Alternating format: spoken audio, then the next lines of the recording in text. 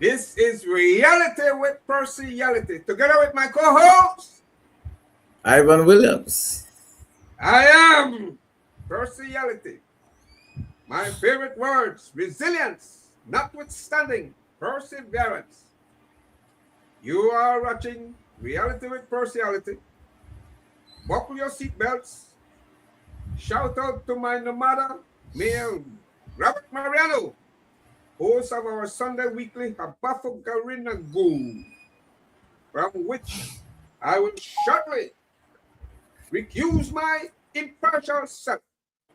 I have no axe to grind. So I am making room for a political hatchet. Man or woman, I neither identify with either a particular religion or political party. However, associate with all, whether Christian, Islam, Hindu, or Buddhist. I have a universal brand and identity. Who I associate and and okay, I'm getting an interruption here. I can't deal with so I with whether Christian, I've said Islam, Hindu, or Buddhist. I have a universal identity. I don't get entangled. The only places I discriminate are in my bedroom and bathroom, where it has to do with intimate touching. No matter Mayor Mariano is a little under the weather. However, suppose things you see like I do, solidarity with the indigenous personal communities. I've seen Biden and Hudson. If not dwell is our way of life. The goal is our practice and religion. We worship at the Dabuyaba. Today there'll be a wake for Mayor Mariano's mom, Gloria, aka Mommy Brown, there in Dan Riga. May she RIP, and after today, tomorrow she'll be laid to rest. Today we were supposed to have Dr. Ester Nunez. She may still come through, but we're having internet troubles here and there, among other. But Esther, she's one who is enlightened.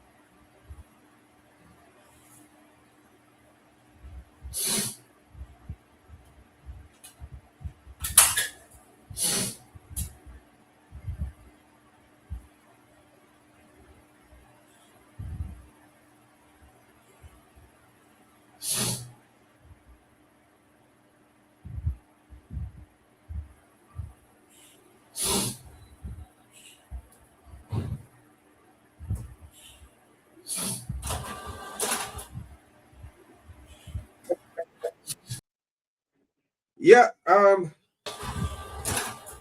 Ivan, you're still there? Yeah, I'm here. I'm here.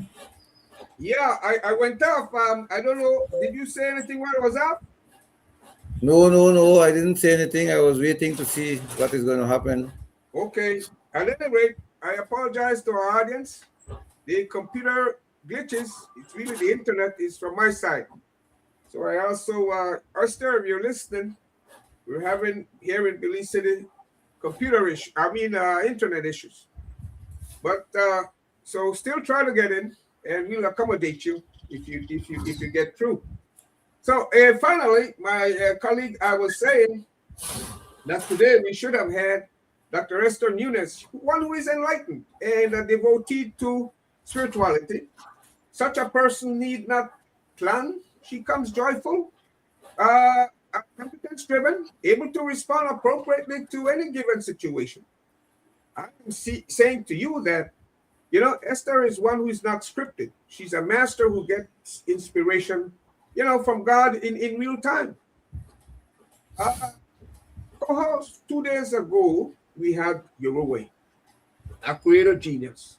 Yesterday, we were graced with Renee Nunez, another creator genius. And as God would have it, today we would have had and are still expecting Esther Nunez, who works from both her logical as well as her intuitive sides. She's neither compulsive, in either thought or behavior. She's fully conscious and aware, deliberate and precise. Esther is about to show that we're going to tell us about her amazing journey. Combing from her early childhood to present day, leading up to her doctoral thesis. Garnering inspiration from God together with our ancestors. She is the expert on the journey of Garinagu ancestry. From Saint Vincent, where we were exiled. So, short of Esther coming on set, co-host, will go on to talk with us today about artificial intelligence. Thank you. Take copious notes, and then you will cross-examine when I'm done. Yeah. Co-host, are these man-made gadgets known as artificial intelligence, i.e., the Google lady Karen Jacobson, famous for giving directions? Are they smarter than human beings? Fair, and in this case, um, coming with ignorance. This fear of artificial intelligence can be a killer for those who fail to recognize that artificial intelligence is man-made and therefore cannot be smarter than the human being. Who created it? Human beings are the only creatures that are beings created without a ceiling. Only species able to elevate beyond compulsive behavior and consciously make choices as well as grow and expand limitlessly. It would behoove you and me to ask a cow what it wants to be, and it is important, you know, uh, for you to understand that intelligence, as in your own mind, is more than an intellectual process. And that although these man made computers and telephones have better memory and computing processes, AI only uses buti, the intellect, which is only one of the four branches of the mind. AI is therefore a one-dimensional process. Logic is what it uses. The strength of artificial intelligence, like I said, is the logical side of the mind, referred to as the intellect, which is also known as buti. As you should know, logic works by making comparisons. I believe most everyone wants his or her intellect to be very sharp, don't you? Ah, like Sure. Sure. she would a knife. And as such, the handler of that knife, yeah, needs a steady hand to hold that knife with. As a tool, the intellect is a survival instrument, which is good for dissecting, but not effective when it comes to stitching things together. Just about everything modern science does in this day and age, my colleague, it does by dissecting, such as frogs. So scientists' strength lie in knowing the physical and material aspects of things, a given subject. One of the problems with the scientific approach, however, is that once you dissect the frog, you no longer have it to have a relationship with, experientially. So Bhuti, the intellect, is data driven. It needs volumes of memory on its inside in order for it to appear smart and function effectively. So that data that you enter into it to make it effective is the other branch of the mind. And any information that can be compiled, processed, and analyzed, entered into a database, AI will be able to mass produce it more efficiently and expeditiously than any number of employees who hold. So, unless you want to be replaced by AI, don't settle for any education which is data driven. Because no matter how sharp you are, a machine will be able to compile, process, and analyze information more efficiently and faster than you. However, AI, like so many people with their sharp intellects and book smarts, won't be able to survive whenever confronted with real life situations and experiences. That is the weakness of AI, real life situation and experience. AI being only one branch of the mind, as I said before, cannot work without data being fed into it. And this data comes from the other branch of the mind, Ankara, the identity.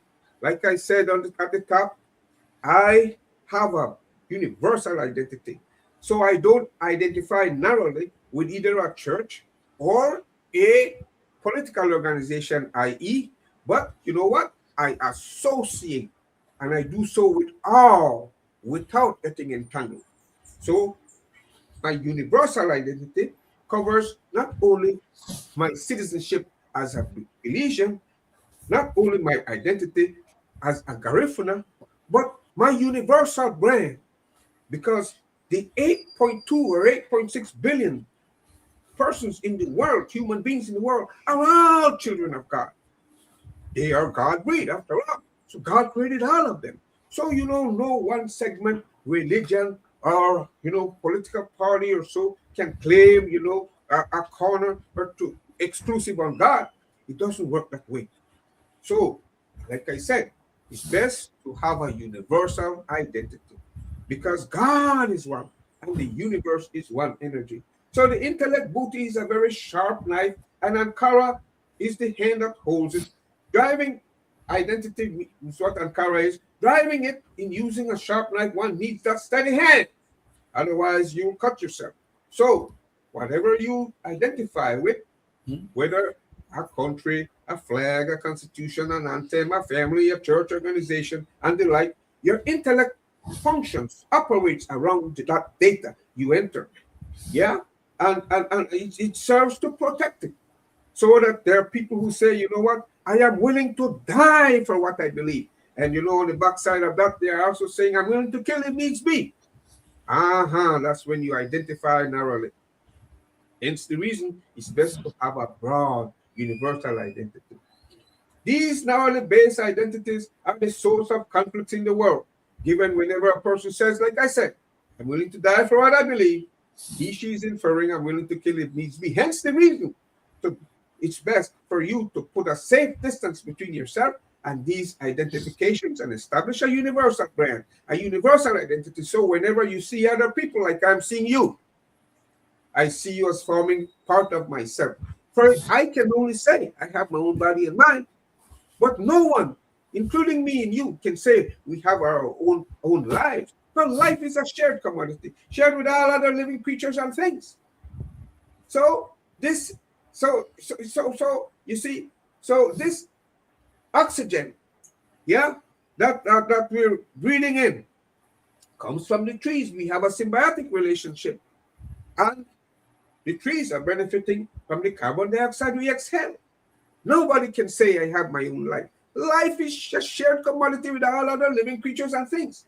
So you, whenever you enter a classroom today, and in days gone by, you hear the teacher quoting from this and that author instead of sharing from experience, which is a weakness.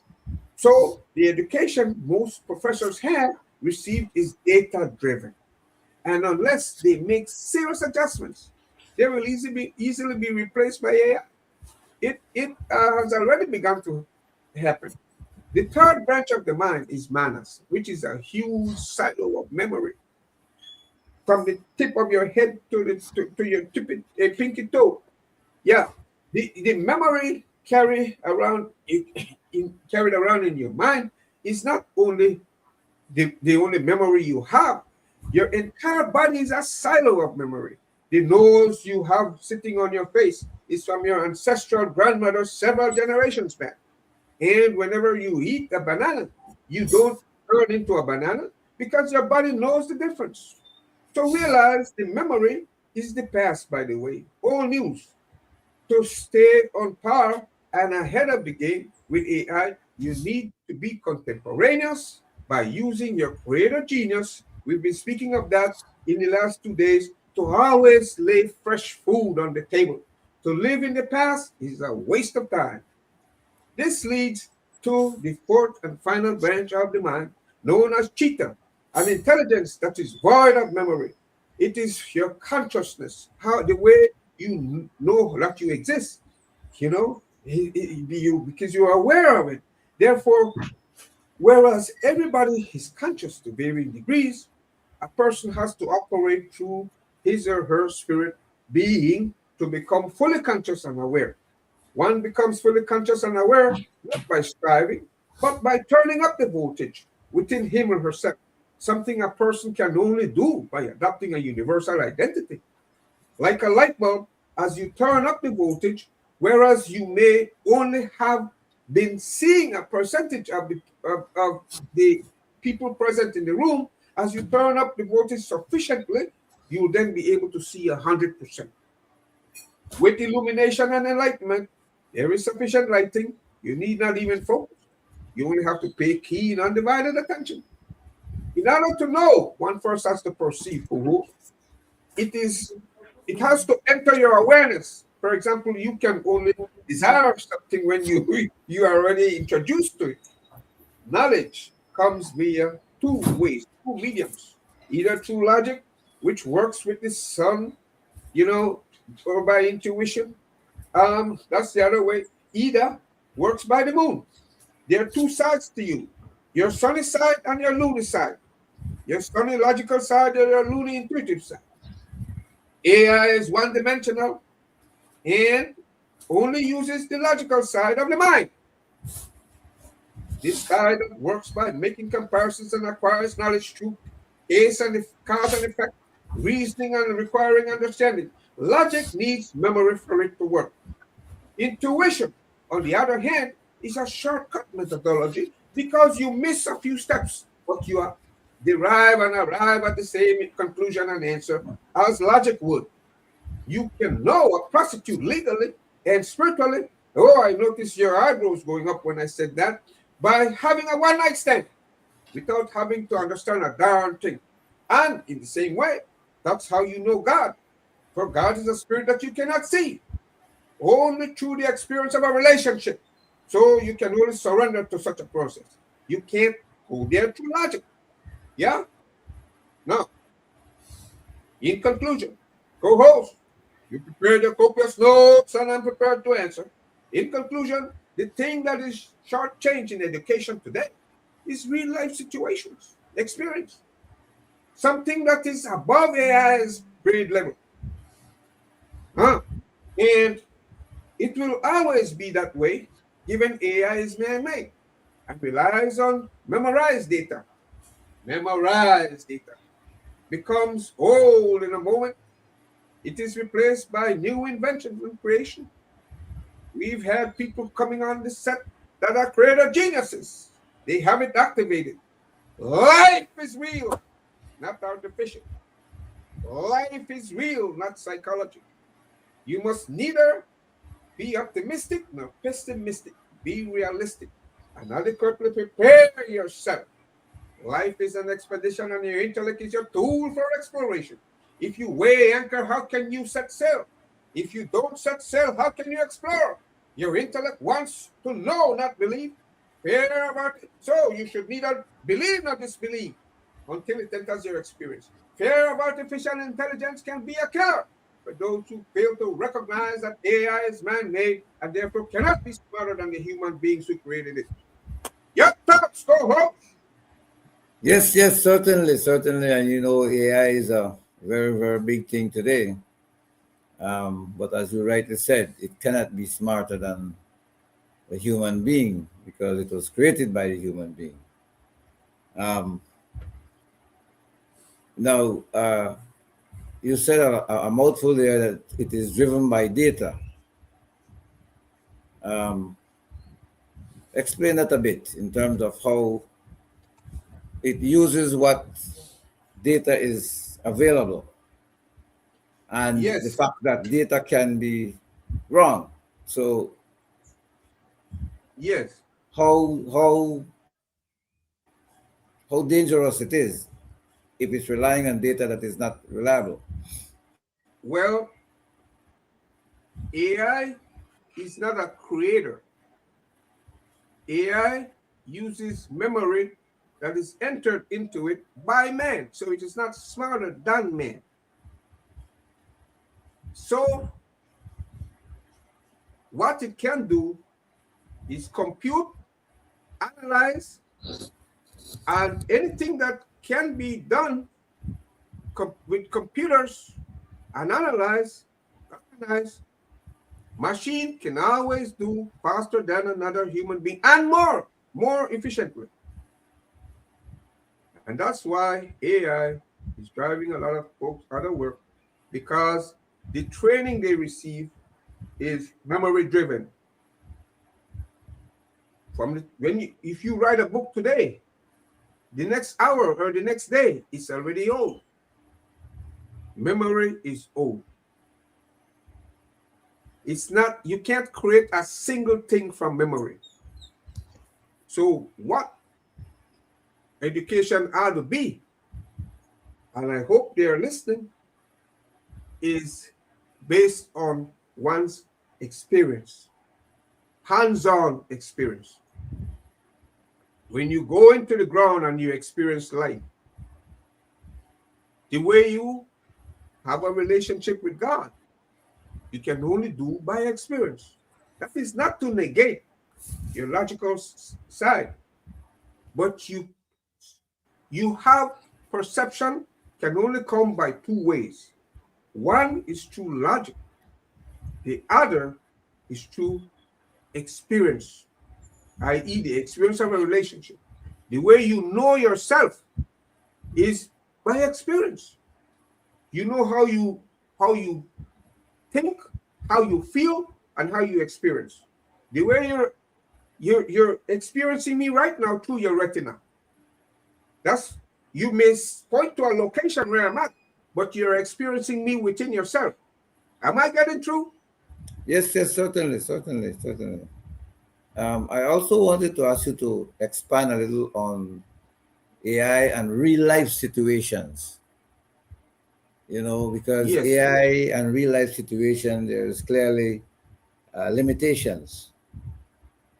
So, talk a little bit about yes, AI and real life that is situation. correct. I will only say this to you that if you take a kid from the rural setting and put that kid in a classroom, he may not do the best she with the sciences, not be the most book smart. Oh, but if you're driving and the tire goes flat, that kid can go to work and fix it. or something under the hood with the machine, whether it be the battery, alternator, something, that kid can get you back on the road. Whether it's on the farm, because that kid is trained, not formally, but with real life experiences, as opposed to someone who only grow up sheltered and get, never get experience of real life. So in the classroom, they know physics, they know math, they know this, they know that, but they have never really applied it in real life. So people look up to those ones with the paper, formal paper, but really, you have a lot of people who never needed a master or even a doctorate degree, because from very early they have focused on this one thing. You see, when you narrow the focus and you start to, like, you find your niche, nobody can do what you do better than you after a while, as you become a better and better version of yourself, because you perfect your competence in that one craft. For you are an individual, and as such indivisible. And when you're doing something joyfully, you don't know where the time goes. So that's why we, on this show, we invest in individuals, not competition. Individuals becoming the best version of themselves. Let's talk about AI and jobs.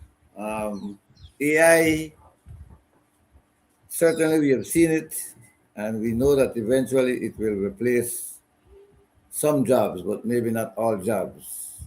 So we need to look at that, and try to prepare for those jobs that AI will certainly not replace.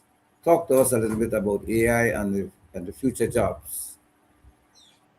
Well, rather than talking about AI and the jobs, if we flip that a little bit, we're talking about people expanding their horizon, because AI is, look at AI as glass half full, a new place we have reached in technology. So AI is not the problem. AI is advancing forward. The same thing the individual needs to do: expand his or her horizon. Get the hell out of the book and stop quoting this professor and that author, and get real life experience. That's what you need to do. Yeah, And the teacher needs to do the same thing. but do you think that the AI can replace the teacher? The problem is not AI. AI is already replacing the teacher. The teacher needs to get whipped into shape, or whip himself into shape. AI is not a problem. It's the individual that needs to find the solution to their wrong-headed education. Right. How can Yeah. how can you say technology is the problem? How? Well, How? I was reading just now a situation in the United States where there was a court case, and it's a classical case of quoting from AI, and in that case, the lawyer was quoting wrong information because he used AI, wrong quotations. So I see that as you cannot totally rely on AI because it's like GIGO. If information put in,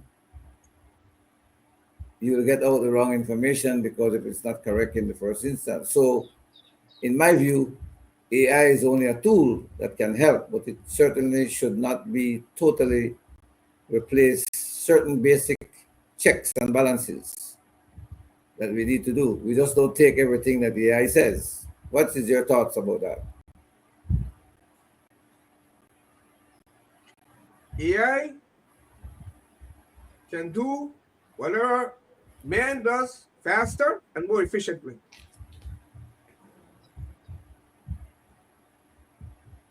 It's not smarter because it's man who entered the data into it. So that's the strength of AI: speed and accuracy. There is no and if or but about that. And Yeah. on that note, co-host, it's been my pleasure. Give your closing remarks.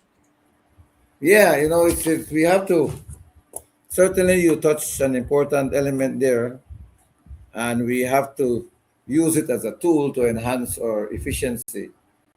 And so many of us, many of the jobs are particularly repetitive jobs. Um, we are seeing now AI being used to to, to drive vehicles. AI being used to replace all those repetitive bookkeeping and a number of things. So, like you said, it cannot replace a human being, but it's a way of life now that is going to make things faster, access to information, and so we shouldn't be totally fearful about AI replacing the human being, because there are certain things that we need to continue to do, because we will have to be the ones, like even in the technology today, we will have to be the ones that will help to make AI function and better. So don't be scared about AI. Yeah, and get yourself into shape. Tomorrow we're having Mr. Alex Nalberto, the president of NGC, and he will talk to us about what's going on in the Garifuna villages of St. Mike and Hopkins. Issues about their issues, community issues. Much obliged to all of you. Thanks for watching. This has been Reality with Partiality.